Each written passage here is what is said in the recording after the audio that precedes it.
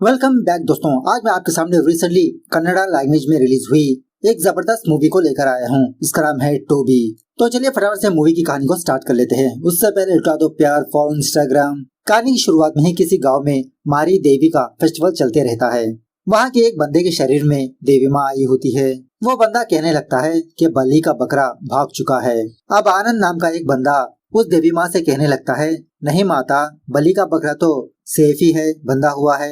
दोबारा देवी माँ यही कहने लगती है, नहीं, बलि का बकरा भाग चुका है।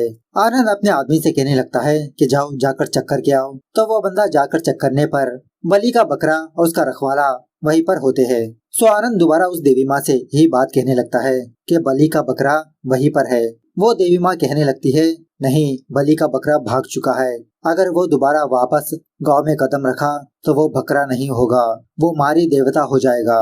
खैर दूसरे सीन में संपत नाम का एक नया एसआई इस गांव के पुलिस स्टेशन में ज्वाइन होता है। कुशलप्पा नाम का एक कांस्टेबल संपत को इस गांव के बारे में, इस पुलिस स्टेशन के बारे में कुछ डिटेल्स बताने लगता है कि यहाँ पर ज्यादा चोरियां होती है सर। थोड़ी देर के बाद जब संपत अपने टेबल पर जाता है तो पॉकेट में की गन टेबल पर रखते हुए कुशलप्पा से कहने लगता है कि कुशलप्पा, मुझे गन और उसकी साउंड से बहुत डर लगता है। मुझे एक किस्म की एंजाइटी होती है। मेरे अंदर एक अजीब का डर महसूस होने लगता है। तो कुशलप्पा संपत की गन लेकर लॉक अनलॉक करना सिखाने लगता है। अब इसी प्रोसेस में पता नहीं संपत को क्या हो जाता है। इसको ऐसा फील होने लगता है कि इसकी छाती को गोली लग गई। Eight the same time police station के बाहर जेनी नाम की एक औरत पुलिस स्टेशन के ऊपर पत्थर फेंकने लगती है। संपत और कुशलप्पा बाहर आने पर जेनी ये कहने लगती है कि पिछले 4 दिनों से इसका फादर मिसिंग हो चुका है। अभी तक पुलिस वालों ने इसके फादर को ढूंढा नहीं। संपत कहने लगता है कि देखिए, मैं आज ही ड्यूटी पर ज्वाइन हुआ हूँ। शाम तक आपके फादर के बारे में मैं पता करके आपको इन्फॉर्म कर दूंगा। पुलिस स्टेशन के अंदर आने के बाद संपत कुशलप्पा से जेनी के बारे में पूछने लगता है। कुशलप्पा कहने लगता है, अरे सर, ये सब कुछ नॉर्मल है, आप लाइट ले लीजिए, इतना ध्यान मत दीजिए उस औरत पर। और वैसे भी उस औरत में अपने नाक में जो नथनी पहना है वो मारी देवी की नथनी है। इस गाँव में कोई भी ऐसा नहीं पहनता। सो संपत कुशलप्पा से जेनी के फादर का नाम पूछने लगता है। कुशलप्पा कहने लगता है कि उसके फादर का नाम टोबी है सर। संपत कहने लगता है कि मेरा ये पहला केस है, मैं इसको जरूर लूंगा। क्या तुम टोबी के बारे में कुछ बता सकते हो? तो कुशलप्पा संपत को फाइल्स वाले रूम में ले जाने लगता है। संपत पूछने लगता है कि इसमें से टोबी की फाइल कौन सी है? कुशलप्पा कहने लगता है, अरे सर, एक सारा का सारा रैक ही टोबी का है, इसके ऊपर इतने सारे केसेस है। उसके बाद संपत और कुशलप्पा इग्लिशियस नाम के एक चर्च के फादर के पास जाते हैं। टोबी के बारे में पूछने लगते हैं कि आप टोबी को कैसे जानते हो, कब मुलाकात की आपने उससे? तो इग्लिशियस जो हुआ वो बताने लगता है। इस तरह से सीन थोड़ा फ्लैशबैक में जाने लगता है। बहुत सालों पहले एक दिन इग्लिशियस जुवेनाइल होम गया था, वहाँ के बच्चों को थोड़े गिफ्ट देने के लिए। सारे बच्चों को गिफ्ट दे देता है, लेकिन एक गिफ्ट बच जाता है। वार्डन से पूछने लगता है कि एक गिफ्ट तो बच गया, वो बच्चा कहाँ पर है? वार्डन कहने लगता है, अरे सर, वो थोड़ा अलग किस्म का लड़का है, मैं दे दूंगा, आप जाइए।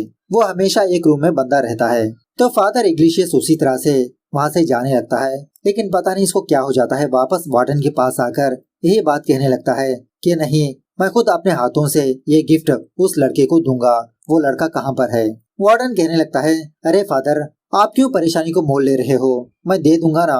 मेरे से पहले जो वार्डन था, उस लड़की ने उस वार्डन को गला काट दिया था दांतों से ही, जिसकी वजह से उस वार्डन की आवाज चली गई। बहुत ही वायलेंट किस्म का लड़का है वो। लेकिन फिर भी फादर इग्लिशियस नहीं मानता, उस लड़के को दिखाने के लिए ही कहता है। तो इस तरह से वो वार्डन इग्लिशियस को लेकर उस रूम में जाता है। तो वहाँ पर एक टीनेज लड़का कोने में बैठा रहता है। इग्लिशियस फटाफट से उस लड़के के पास जाकर उसको सीने से लगा लेता है।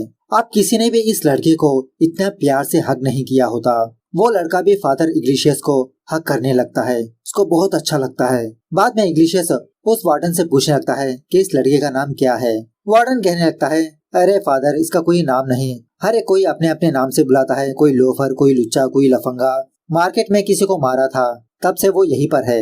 यह सुनने के बाद इग्लिशियस उस लड़के का नामकरण करने लगता है और इग्लिशियस इसका नाम रखता है टोबिया, टोबी। यहाँ पर एक और बात यह है कि टोबी बात नहीं कर सकता, गूंगा है।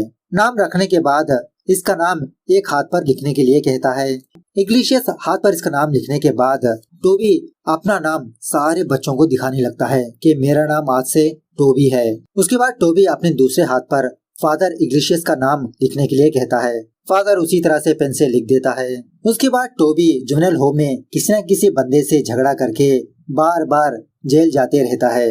इसकी टीनेज लाइफ ऑलमोस्ट जेल में ही गुजरने लगती है और जब भी ये जेल में जाता किसी न किसी पुलिस वालों से अपने दोनों हाथों पर अपना नाम और उस फादर का नाम लिखवाते रहता है। कुछ सालों बाद एंटोनी नाम का एक बंदा फादर इग्लेसियस के पास आकर इसकी जमीन वापस मांगने लगता है। मतलब एंटोनी के ग्रैंडफादर ने स्कूल और चर्च के लिए कुछ जमीन दिया था। अब एंटोनी कर्जे में है, इसीलिए एंटोनी वो जमीन वापस लेना चाहता है। लेकिन इग्लेसियस एंटोनी को समझाने लगता है कि डोनेट की हुई चीज दोबारा वापस नहीं लेते, बच्चे कहाँ पर जाएंगे।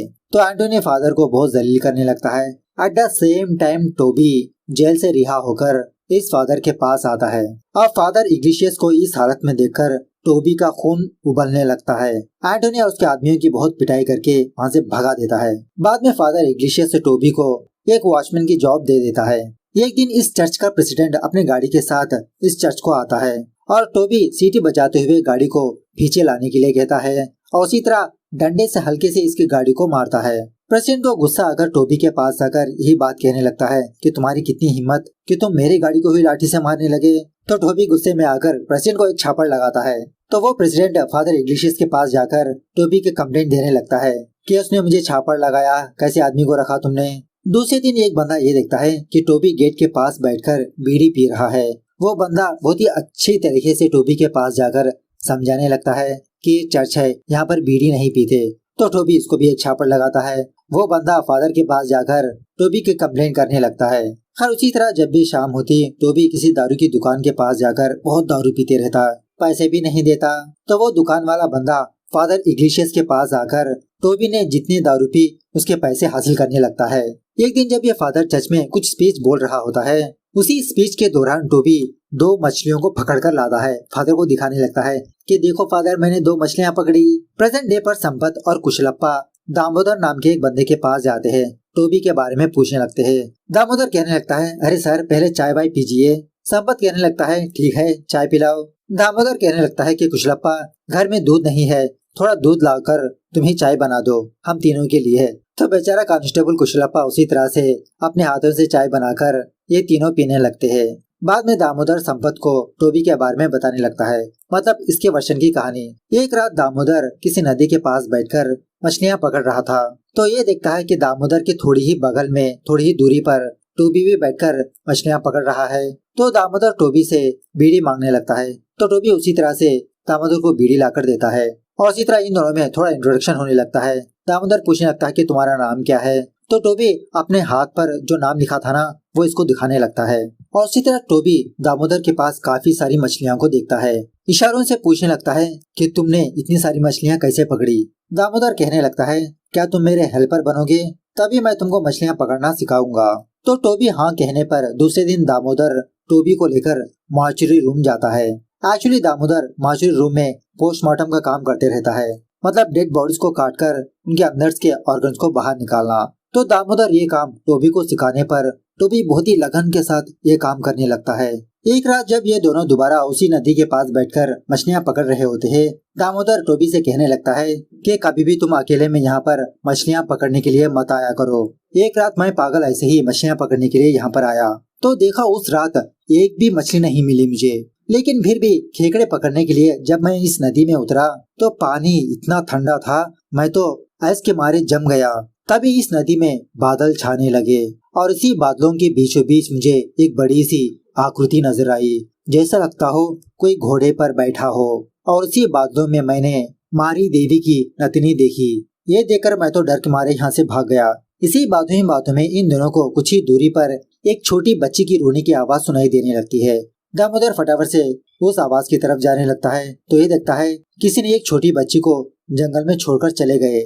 इस तरफ टोबी तालाब में उतरकर कुछ खेकड़े वगैरह पकड़ने लगता है क्योंकि मछलियाँ तो नहीं मिली।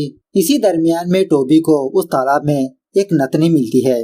दूसरी तरफ दामोदर हर एक घर घर जाकर दरवाजा खटखटाने लगता है, सारे लोगों को बुलाने लगता है कि किसी ने छोटी बच्ची को जंगल में छोड़कर चले गए। तो सारे गाँव वाले उस जगह पर जमा होते हैं, डिस्कस करने लगते हैं कि अब इस छोटी बच्ची का क्या करे। कोई भी गोद लेना नहीं चाहता क्योंकि ये बच्ची है। कुछ लोग कहते हैं कि पुलिस स्टेशन के हवाले कर दें, कुछ लोग कहते हैं फादर को बुलाकर उनको दे देंगे। इसी बातों ही बातों में टोबी यहाँ पर आकर उस छोटी बच्ची को रोते हुए देखकर इसको गोद ले लेता है। घर लाने के बाद ये छोटी बच्ची भूख के मारे रो रही होती है। अब टोबी ने जो स्नेल्स पकड़ा होता है उसकी करी बनाकर इस बच्ची को जब खिलाने ही वाला होता है, तभी टोबी के घर एक नर्स आती है। टोबी को उस बच्ची की देखरेख कैसे करनी है वो सिखाने लगती है। मतलब दूध कैसे पिलाते हैं, पानी कैसे नहलाते हैं, बच्ची को कैसे सुलाते हैं। सो उस दिन से लेते हुए टोबी जहाँ पर भी जाता इस बच्ची को अपने साथ ले जाता। एक दिन टोबी इस बच्ची को लेकर फादर इग्लिशियस के पास जाकर इस बच्ची का नामकरण करने के लिए कहता है। तो फादर इसका नाम रखता है जेन्नी। जेन्नी थोड़ी बड़ी होने के बाद टोबी और दामोदर जेन्नी को एक स्कूल में दाखिला दिलवाते हैं। जेन्नी अपने स्कूल में जो भी पढ़ा करती वो अपने घर वापस आकर टोबी को सिखाने लगती, जैसे काउंटिंग समथिंग। जब जेन्नी अपना नाम लिखना सीख लेती है तो टोबी अपने हाथ में जेन्नी का नाम भी लिखवा लेता है। हर एक दिन टोबी, जेन्नी, दामोदर दारू की दुकान जाते हैं थोड़ा बहुत दारू पीने के लिए, लेकिन वो दुकान वाला बंदा इन दोनों को दारू देने से टोटली मना करने लगता है क्योंकि दामोदर ने पहला कर्जा अभी तक नहीं चुकाया। सो वापस घर आने के बाद टोबी वो नतनी दिखाने लगता है दामोदर को जो उस रात तालाब में मिली थी ना। इसे देखकर दामोदर कहने लगता है, अरे यार ये तो सोने की भी नहीं है, इसे कौन पैसे देगा। तभी जेन्नी कहने लगती है कि वो नतनी मुझे दे दो, जब मैं बड़ी हो जाऊंगी तो मैं मारी देवी की तरह इसको पहनूंगी। उसके बाद टोबी के दिमाग में एक आइडिया आता है। टोबी, जेन्नी, दामोदर खुद ही से दारू बनाने की कोशिश करने लगते हैं। यहाँ पर ये सीन बहुत ही फनी होता है, लेकिन वहाँ पर दारू बनने की बजाय वो बर्तन फूट जाता है एक बॉम्ब की तरह। फटने की आवाज सुनने के बाद पुलिस वाले इन तीनों को पुलिस स्टेशन लाते हैं। पूछने लगते हैं कि किस लिए तुम लोगों ने बॉम्ब फोड़ा। ये तीनों यही कहने लगते हैं, अरे सर हम तो बस पानी गर्म कर रहे थे, वो बर्तन अपने आप फूट गया। तभी इस पुलिस स्टेशन में सावित्री नाम की एक प्रोस्टिट्यूट आती है। मतलब ब्रूटल केस में इसको यहाँ पर ले आया होता है। जब टोबी सावित्री को देखता है तो इसको पहली नजर में प्यार हो जाता है। घर जाने के बाद सोते समय टोबी सावित्री को ही याद करते हुए मुस्कुराने लगता है। ये सीन्स भी बहुत ही फनी है। जेन्नी पूछने लगती है कि तुम इतना क्यों मुस्कुरा रहे हो, तो टोबी इशारों से बताने लगता है कि पुलिस स्टेशन में जिस औरत को मैंने देखा वो मुझे बहुत पसंद आ गई, मैं उससे प्यार करता हूँ। हर प्रेजेंट नेपर, संपत और कुशलप्पा सावित्री के घर जाते हैं, टोबी के बारे में पूछने लगते हैं। तो सावित्री आगे की कहानी बताने लगती है। सो एक दिन जेन्नी एक पेपर में टोबी को ये लिख के देती है कि आई लव यू। टोबी से कहने लगती है कि ये पेपर तुम सावित्री को जाकर दे दो, लेकिन टोबी सावित्री के पास जाने से बहुत डरने लगता है, जिसकी वजह से जेन्नी खुद इस पेपर को लेकर सावित्री के पास जाती है। कहने लगती है कि टोबी तुमसे प्यार करता है, तुमसे शादी करना चाहता है। सावित्री पूछने लगती है कि कौन टोबी। जब जेन्नी टोबी की तरफ हाथ दिखाने लगती है तो वहाँ पर ना टोबी होता है ना उसकी वैन। सावित्री जेन्नी से कहने लगती है कि टोबी से कहो खुद मुझसे आकर बात करे।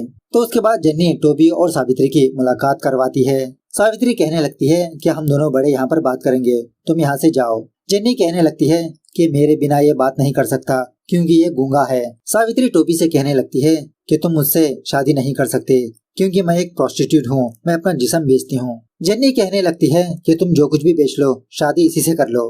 बाद में सावित्री समझाने लगती है कि शादी वादी तो नहीं होगी, लेकिन मैं तुम्हारी दोस्त जरूर बन सकती हूँ। तो टोबी भी इसके लिए हाँ कह देता है। इस तरह से जब कभी भी सावित्री को टाइम मिलता, सावित्री टोबी और जेन्नी के साथ टाइम स्पेंड करने लगती। टोबी सावित्री से बहुत प्यार करते रहता है। एक दिन टोबी सावित्री को किसी दूसरे बंदे के साथ देख लेता है। बेचारे का दिल टूट जाता है। उस दिन से टोबी सावित्री से बात करना ही बंद कर देता है। सावित्री टोबी को बताने लगती है कि मैंने तुमसे ऑलरेडी कहा ना कि मैं अपना जिस्म बेचती हूँ, इसी से मेरा गुजारा होता है। इसके बावजूद भी बेचारा टोबी बहुत दुखी होकर दारू दुकान के पास जाकर बहुत दारू पीने लगता है और हर रात टोबी सावित्री के घर के सामने खड़ा रहता है। सो टोबी की यह हालत देखकर जेन्नी टोबी और सावित्री को दोबारा मिलवाने लगती है। टोबी को समझाने लगती है कि देखो टोबी, स्कूल में मेरे भी मेल फ्रेंड्स है, उसी तरह सावित्री की भी मेल फ्रेंड्स है, इसमें क्या गलत बात है। अब यह गुस्सा वुस्सा थूककर इसके साथ दोबारा दोस्ती करो, इससे बात करो। सो टोबी उसी तरह से सावित्री से बात करना कंटिन्यू करने लगता है। देखते ही देखते जेन्नी टीनेज की उम्र तक पहुंच जाती है। एक दिन स्कूल में जेन्नी का टीचर जेन्नी से मिसबिहेव करने की वजह से जेन्नी उस टीचर को चप्पल से मार मार कर सारा स्कूल घुमाती है। उसके बाद सावित्री के पास आकर स्कूल में जो हुआ वो बताने लगती है। कहने लगती है कि मैं कल से स्कूल नहीं जाऊंगी। सावित्री कहने लगती है कि तुम ये बात टोबी को मत बताओ, वरना वो तो उसे मार ही देगा। दूसरे दिन से जेन्नी तालाब में जो स्नेल्स मिलते हैं ना, उनको पकड़कर बेचना स्टार्ट करती है। क्योंकि इसने स्कूल जाने से मना कर दिया। एक दिन टोबी सावित्री से बात करने के लिए उसके घर आता है तो सावित्री टोबी को बहुत डांटने लगती है कि शर्म नहीं आती तुमको, अपनी बेटी से काम करवाते हुए शराब में धुत रहते हो तुम। पहले तुम अपनी बेटी के लिए एक घर बनवाओ, बाद में मैं तुमसे शादी करूंगी, उस घर में हम तीनों रहेंगे। सो टोबी इस बात को थोड़ा सीरियसली लेकर कुछ बैंक्स के पास जाकर होम लोन मांगने लगता है, लेकिन टोबी के काम को देखकर कोई भी बैंक इसको लोन ही नहीं देता। प्रेजेंट डे पर सावित्री संपत से कहने लगती है कि उस दिन मैंने टोबी से वो बात नहीं कहना चाहिए था, वो बात कहकर मैंने बहुत बड़ी गलती कर दी। आखिरकार एक गरीब को कौन लोन देगा, कौन सहायता करेगा। ऐसे में मैं टोबी को घर बनने के लिए कहा, टोबी ने दूसरा रास्ता चुन लिया। इस तरह से दोबारा सीन थोड़ा फ्लैशबैक में जाने लगता है। आनंद नाम का एक बंदा रहता है जो मूवी की स्टार्टिंग में दिखाया था वो बंदा, और इसी तरह इसी गांव में संतोष नाम का एक रोडी शीटर होता है। अगर संतोष ने किसी भी बंदे की मिसिंग वॉल पोस्ट लगाया तो समझ जाना चाहिए कि संतोष 3 दिन के बाद उस बंदे को मारने वाला है। काफी हत्याएं कर चुका होता है ये बंदा। खैर अब आनंद की एक गोश्त की दुकान होती है। आनंद केरला से भेड़ को मंगवाते रहता है, लेकिन ये बात संतोष को पसंद नहीं होती। संतोष यही चाहता है कि आनंद सारे भेड़ इसी से खरीदे, ना ही कि बाहर से। संतोष आनंद की दुकान पर आकर गोश्त के ऊपर मिट्टी का तेल डालकर सारा गोश्त खराब कर देता है।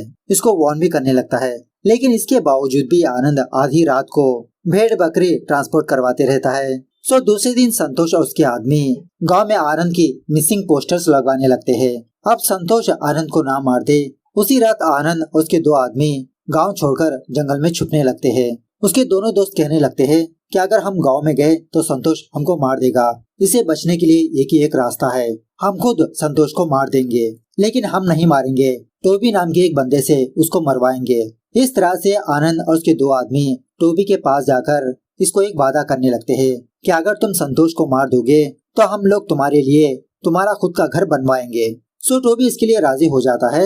एक जबरदस्त प्लान बनाकर दामोदर को आकर सुनाने लगता है कि मुझे 3 ट्रक भेड़ बकरी चाहिए। वो 3 ट्रक आने के बाद उन तीनों ट्रकों को आनंद की दुकान के पास भेजता है। ये देखकर आनंद शॉक में रह जाता है कि ये भेड़ बकरी किसने ऑर्डर किया, अगर संतोष को पता चलेगा वो तो मेरी जान ही ले लेगा। तो संतोष और उसके आदमियों को पता लग ही जाता है। जब ये सारे लोग आनंद की दुकान के पास जाते हैं तो टोबी सारे भेड़ बकरियों के बीचों बीच बाहर निकलकर संतोष और उसके आदमियों को बहुत मारने पीटने लगता है। वादे के हिसाब से आनंद टोबी और जन्नी के लिए एक घर बनवाता है। घर बनने के बाद टोबी और सावित्री की शादी हो जाती है, लेकिन इसका सपना चुकना चूर हो जाता है। जब टोबी संतोष को मार देता है उसी वक्त पुलिस वाले आकर टोबी को गिरफ्तार कर ले जाते हैं। उसके बाद आनंद तो अपना फर्ज निभा देता है, मतलब जन्नी के लिए एक घर बनवाता है। प्रेजेंट डे पर संपत और कुशलप्पा जन्नी के घर आते हैं तो उस वक्त जन्नी तो उस घर में मौजूद नहीं होती।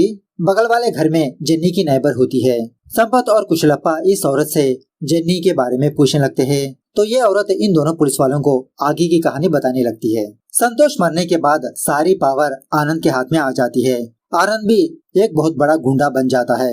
एक दिन एक ऑफिसर आनंद के कुछ सोने के बिस्किट्स को पकड़ लेता है और इसी तरह वार्न भी करने लगता है कि आगे भी तुम्हारे काले धंधे को मैं ही पकड़ूंगा। इसके कुछ दिनों बाद टोबी जेल से रिहा हो जाता है। जन्नी और दामोदर से कहने लगता है कि मुझे सावित्री के पास जाना है। जब सावित्री के घर ले जाते हैं तो टोबी को ये बात पता चलती है कि सावित्री दूसरे बंदे से शादी कर चुकी है। ये देखकर बेचारा टोबी टूट के बिखर जाता है, बहुत दुखी होने लगता है। उसी रात टोबी बहुत दारू पीकर सावित्री के घर के सामने आकर ढांस वांस करने लगता है। ये जानने के बाद जन्नी टोबी के पास आकर चप्पल से मार मार कर अपने घर ले जाती है इसको।